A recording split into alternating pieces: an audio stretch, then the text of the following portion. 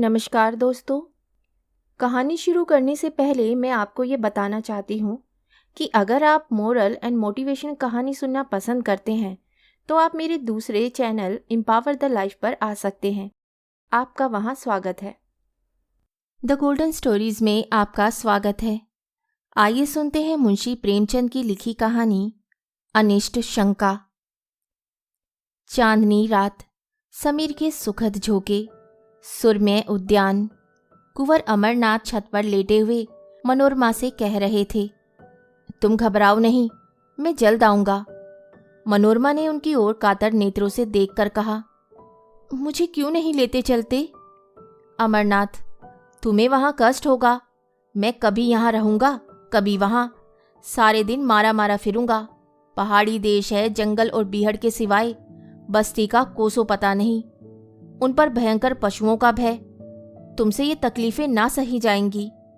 मनोरमा, तुम भी तो इन तकलीफों के आदी नहीं हो। अमरनाथ, मैं पुरुष हूं, आवश्यकता पड़ने पर सभी तकलीफों का सामना कर सकता हूं। मनोरमा गर्व से, मैं भी स्त्री हूं, आवश्यकता पड़ने पर आग में कूद सकती हूं। स्त्रियों की कोमलता पुरुषों की काव्य कल्पना है। उनमें शारीरिक सामर्थ्य चाहे ना हो, पर उनमें यह धैर्य और साहस है जिस पर काल की दुश्चिंताओं का जरा भी असर नहीं होता। अमरनाथ ने मनोरमा को श्रद्धा में दृष्टि से देखा और बोले, यह मैं मानता हूं, लेकिन जिस कल्पना को हम चिरकाल से प्रत्यक्ष समझते आए हैं वे एक क्षण में नहीं मिट सकती। तुम्हारी तकलीफ मुझसे न देखी जाएगी, मुझे दुख होगा। देखो, इस समय चांदनी में कितनी बहार है। मनोरमा, मुझे बहलाओ मत, मैं हट नहीं करती, लेकिन यहाँ मेरा जीवन अपार हो जाएगा। मेरे हृदय की दशा विचित्र है। तुम्हें अपने सामने ना देखकर मेरे मन में तरह तरह की शंकाएं होती हैं। कहीं चोट ना लग गई हो, शिकार खेलने जाते हो तो डरती हूँ, कहीं घोड़े ने शरारत ना की हो। मुझे अनिष्ट का भय सदैव सताया करता है। अमरनाथ, लेकिन मैं तो विलास का भक्त हूँ। मुझ पर इतना अनुराग करके तुम अपने ऊपर अन्याय करती हो। मनोरमा ने अमरनाथ को दबी हुई दृष्टि से देखा, जो कह रही थी, मैं तुमको तुमसे ज्यादा पहचानती हूँ। बुंदेलखंड में भीषण दुर्भिक्ष था।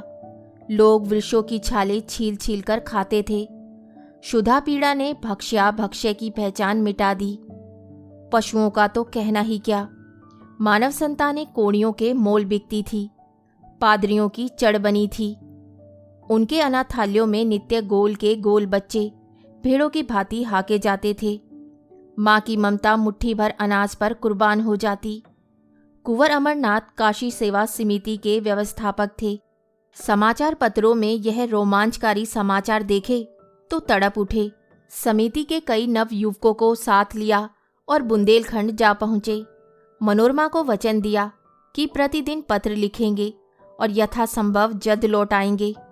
1 सप्ताह तक उन्होंने अपना वचन पालन किया, लेकिन शनै शनै पत्रों में विलंब होने लगा। अक्सर इलाके डाकघर से बहुत दूर पड़ते थे। यहाँ से नित्य प्रति पत्र भेजने का प्रबंध करना दुस्साध्य था। मनोरमा वियोग दुख से विकल रहने लगी। वह अव्यवस्थित दशा में उदास बैठी रहती। कभी नीचे आती, कभी ऊपर जाती, कभी बाग में जा बैठती। जब तक पत्र न आ जाता वे इसी भांति व्यग्र रहती। पत्र मिलते ही सूखे धान में पानी पड़ जाता। लेकिन जब पत्रों के आने में देर होने लगी तो उसका वियोग विकल हृदय अधीर हो गया। बार बार पछताती कि मैं नाहक उनके कहने में आ गई। मुझे उनके साथ जाना चाहिए था। उसे किताबों से प्रेम था, पर अब उनकी ओर ताकने का भी जीना चाहता। विनोद की वस्तुओं से उसे अरुचि सी हो गई। इस प्रकार 1 महीना गुजर गया। एक दिन उसने स्वप्न देखा कि अमरनाथ द्वार पर नंगे सिर नंगे पैर खड़े रो रहे हैं। वह घबराकर उठ बैठी और उग्रावस्था में दौड़ी द्वार तक आई। यहाँ का सन्नाटा देखकर उसे होश आ गया। उसी दम मुनीम को जगाया और कुंवर साहब के नाम तार भेजा, किंतु जवाब न आया। सारा दिन गुजर गया मगर कोई जवाब नहीं। दूसरी रात भी गुजरी, लेकिन जवाब का पता न था। मनोरमा निर्जल निराहार मूर्छित दशा में अपने कमरे में पड़ी रहती। जिसे देखती उसी से पूछती, जवाब आया? कोई द्वार पर आवाज देता तो दौड़ी हुई जाती और पूछती, कुछ जवाब आया? उसके मन में विविध शंकाएं उठती। लोंडियों से स्वप्न का आशय पूछती। सपनों के कारण और विवेचना पर कई ग्रंथ पढ़ डाले, पर कुछ रहस्य ना खुला। लोंडियां उसे दिलासा देने के लिए कहती, कुंवर जी कुशल से हैं। स्वप्न में किसी को नंगे पैर देखे तो समझो वह घोड़े पर सवार है, घबराने की कोई बात नहीं। लेकिन रमा को इस बात से तस्कीन ना होती। उसे तार के जवाब की रट लगी हुई थी। यहाँ तक कि 4 दिन गुजर गए। किसी मोहल्ले में मदारी का आ जाना बालवृंद के लिए एक महत्व की बात है। उसके डमरू की आवाज में खोचे वाली की शुद्धावर्धक ध्वनि से भी अधिक आकर्षण होता है। इसी प्रकार मोहल्ले में किसी ज्योतिषी का आ जाना मार्के की बात है। एक क्षण में इसकी खबर घर घर फैल जाती है। सास अपनी बहू के लिए आ पहुंचती है। माता भाग्यहीन कन्या को लेकर आ जाती है। ज्योतिषी जी दुख सुख की अवस्था अनुसार वर्षा करने लगते हैं। उनकी भविष्यवाणियों में बड़ा गूढ़ रहस्य होता है। उनका भाग्य निर्माण भाग्य रेखाओं से भी जटिल और दुराग्रह होता है। संभव है कि वर्तमान शिक्षा विधान ने ज्योतिष का आदर कुछ कम कर दिया हो, पर उनकी बातों पर चाहे किसी को विश्वास न हो, पर सुनना सभी चाहते हैं। उनके एक एक शब्दों में आशा और भय को उत्तेजित करने की शक्ति भरी रहती है। विशेषतः उसकी आमंगल सूचना जो वज्रपात के तुल्य है, घातक और दग्धकारी। तार भेजे हुए 5वां दिन था कि कुंवर साहब के द्वार पर एक ज्योतिषी का आगमन हुआ। तत्काल मोहल्ले की महिलाएं जमा हो गई। ज्योतिषी जी भाग्य विवेचन करने लगे। किसी को रुलाया, किसी को हंसाया। मनोरमा को खबर मिली। उन्हें तुरंत अंदर बुला भेजा और स्वप्न का आशय पूछा। ज्योतिषी जी ने इधर उधर देखा, पन्ने के पन्ने उल्टे, उंगलियों पर कुछ गिना, पर कुछ निश्चय ना कर सके कि क्या उत्तर देना चाहिए। बोले, क्या सरकार ने ये स्वप्न देखा है? मनोरमा बोली, नहीं नहीं, मेरी एक सखी ने देखा है। मैं कहती हूँ ये अमंगल सूचक है, वह कहती है मंगलमय है। आप इसकी क्या विवेचना करते हैं? ज्योतिषी जी फिर बगले झांकने लगे।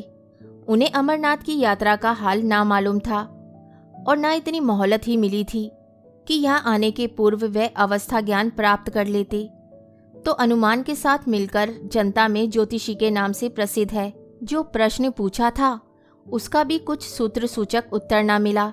निराश होकर मनोरमा के समर्थन करने ही में अपना कल्याण देखा। बोले, सरकार जो कहती हैं वही सत्य है। यह स्वप्न अमंगल सूचक है। मनोरमा खड़ी सितार के तार की भांति थरथर कांपने लगी। ज्योतिषी जी ने उस अमंगल का उद्घाटन करते हुए कहा, उनके पति पर कोई महान संकट आने वाला है। उनका घर नाश हो जाएगा। वह देश विदेश मारे मारे फिरेंगे। मनोरमा ने दीवार का सहारा लेकर कहा, भगवान भगवान मेरी रक्षा करो, और मूर्छित होकर जमीन पर गिर पड़ी। ज्योतिषी जी अब चेते, समझ गए कि बड़ा धोखा खाया। आश्वासन देने लगे, आप कुछ चिंता ना करें, मैं उस संकट का निवारण कर सकता हूँ। मुझे एक बकरा, कुछ लौंग और कच्चा धागा मंगा दे। जब कुंवर जी के यहाँ से कुशल समाचार आ जाए तो जो दक्षिणा चाहें दे दे। काम कठिन है पर भगवान की दया से असाध्य नहीं है। सरकार देखें, मुझे बड़े बड़े हाकिमों ने सर्टिफिकेट दिए हैं। अभी डिप्टी साहब की कन्या बीमार थी, डॉक्टरों ने जवाब दे दिया था। मैंने यंत्र दिया, बैठे बैठे आंखें खुल गई। कल की बात है, सेठ चंदूलाल के यहाँ से रोकड़ की एक थैली उड़ गई थी। कुछ पता ही ना चलता था। मैंने सगुन विचारा और बात की बात में चोर पकड़ लिया। उनके मुनीम का काम था। थैली ज्यों की त्यों निकल आई। ज्योतिषी जी तो अपनी सिद्धियों की सराहना कर रहे थे और मनोरमा अचेत पड़ी हुई थी। अकस्मात वे उठ बैठी। मुनीम को बुलाकर कहा, यात्रा की तैयारी करो, मैं शाम की गाड़ी से बुंदेलखंड जाऊंगी। मनोरमा ने स्टेशन पर आकर अमरनाथ को तार दिया, मैं आ रही हूँ। उनके अंतिम पत्र से ज्ञात हुआ था कि वह कबरई में हैं। कबरई का टिकट लिया। लेकिन कई दिनों से जागरण कर रही थी। गाड़ी पर बैठते ही नींद आ गई और नींद आते ही अनिष्ट शंका ने एक भीषण स्वप्न का रूप धारण कर लिया। उसने देखा सामने एक अगम सागर है, उसमें एक टूटी हुई नौका हलकोरे खाती बहती चली जाती है। उस पर ना कोई मला है, ना पाल, ना डांडे। तरंगे उसे कभी ऊपर ले जाती हैं, कभी नीचे। सहसा उस पर एक मनुष्य दृष्टिगोचर हुआ। यह अमरनाथ थे, नंगे सिर, नंगे पैर, आंखों से आंसू बहाते हुए। मनोरमा थर-थर कांप रही थी। जान पड़ता था नौका अब डूबी और अब डूबी। उसने जोर से चीख मारी और जाग पड़ी। शरीर पसीने से तर था, छाती धड़क रही थी। वह तुरंत उठ बैठी, हाथ मुंह धोया और इसका इरादा किया अब ना सोऊंगी। हाँ, कितना भयावह दृश्य था। परमपिता, अब तुम्हारा ही भरोसा है, उनकी रक्षा करो। उसने खिड़की से सिर निकालकर देखा। आकाश पर तारागण दौड़ रहे थे। घड़ी देखी, 12 बजे थे। उसको आश्चर्य हुआ, मैं इतनी देर तक सोई, अभी तक तो एक झपकी भी पूरी ना होने पाई। उसने एक पुस्तक उठा ली और विचारों को एकाग्र कर पढ़ने लगी। इतने में प्रयाग आ पहुंचा। गाड़ी बदली। उसने फिर किताब खोली और उच्च स्वर में पढ़ने लगी। लेकिन कई दिनों की जागी आंखें इच्छा के अधीन नहीं होती। बैठे बैठे झपकियां लेने लगी। आंखें बंद हो गई और एक दूसरा दृश्य सामने उपस्थित हो गया। उसने देखा आकाश से मिला हुआ एक पर्वत शिखर है। उसके ऊपर के वृक्ष छोटे छोटे पौधों के सदृश दिखाई देते हैं। श्यामवर्ण घटाएं छाई हुई हैं। बिजली इतने जोर से कड़कती है कि कान के पर्दे फटे जाते हैं। कभी यहाँ गिरती हैं, कभी वहाँ। शिखर पर एक मनुष्य नंगे सिर बैठा हुआ है। उसकी आंखों का अश्रु प्रवाह साफ दिख रहा है। मनोरमा टहल उठी। यह अमरनाथ थे। वे पर्वत शिखर से उतरना चाहते थे, लेकिन मार्ग न मिलता था। भैंसे उनका मुखवर्ण शून्य हो रहा था। अकस्मात एक बार बिजली का भयंकर नाद सुनाई दिया। एक ज्वाला सी दिखाई दी और अमरनाथ अदृश्य हो गए। मनोरमा ने फिर चीख मारी और जाग पड़ी। उसका हृदय बासों उछल रहा था। मस्तिष्क चक्कर खाता था। जागते ही उसकी आंखों में जल प्रवाह होने लगा। वह उठ खड़ी हुई और कर जोड़कर ईश्वर से विनय करने लगी। ईश्वर, ईश्वर, मुझे ऐसे बुरे बुरे स्वप्न दिखाई दे रहे हैं। ना जाने उन पर क्या बीत रही है। तुम दीनों के बंधु हो, मुझ पर दया करो। मुझे धन और संपत्ति की इच्छा नहीं।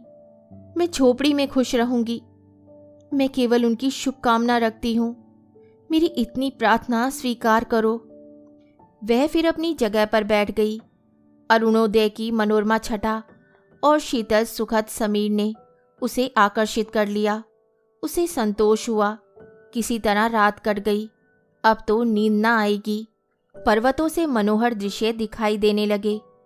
कहीं पहाड़ियों पर भेड़ों के गल्ले, कहीं पहाड़ियों के दामन से मृगों के झुंड, कहीं कमल के फूलों से लहराते सागर। मनोरमा एक अर्ध स्मृति की दशा में इन दृश्य को देखती रही, लेकिन फिर ना जाने कब उसकी अभागी आंखें झपक गई। उसने देखा अमरनाथ घोड़े पर सवार एक पुल पर चले जाते हैं। नीचे नदी उमड़ी हुई है। पुल बहुत तंग है। घोड़ा रह रहकर बिदकता है और अलग हो जाता है। मनोरमा के हाथ पांव फूल गए। वह उस स्वर से चिल्ला चिल्ला कर कहने लगी, घोड़े से उतर पड़ो, घोड़े से उतर पड़ो। ये कहते हुए वे उनकी तरफ झपटी। आंखें खुल गई। गाड़ी किसी स्टेशन के प्लेटफॉर्म से सनसनाती चली जाती थी। अमरनाथ नंगे सिर, नंगे पैर प्लेटफॉर्म पर खड़े थे। मनोरमा की आंखों में अभी तक वही भयंकर स्वप्न समाया हुआ था। कुंवर को देखकर उसे भय हुआ कि वे घोड़े से गिर पड़े और नीचे नदी में फिसलना चाहते हैं।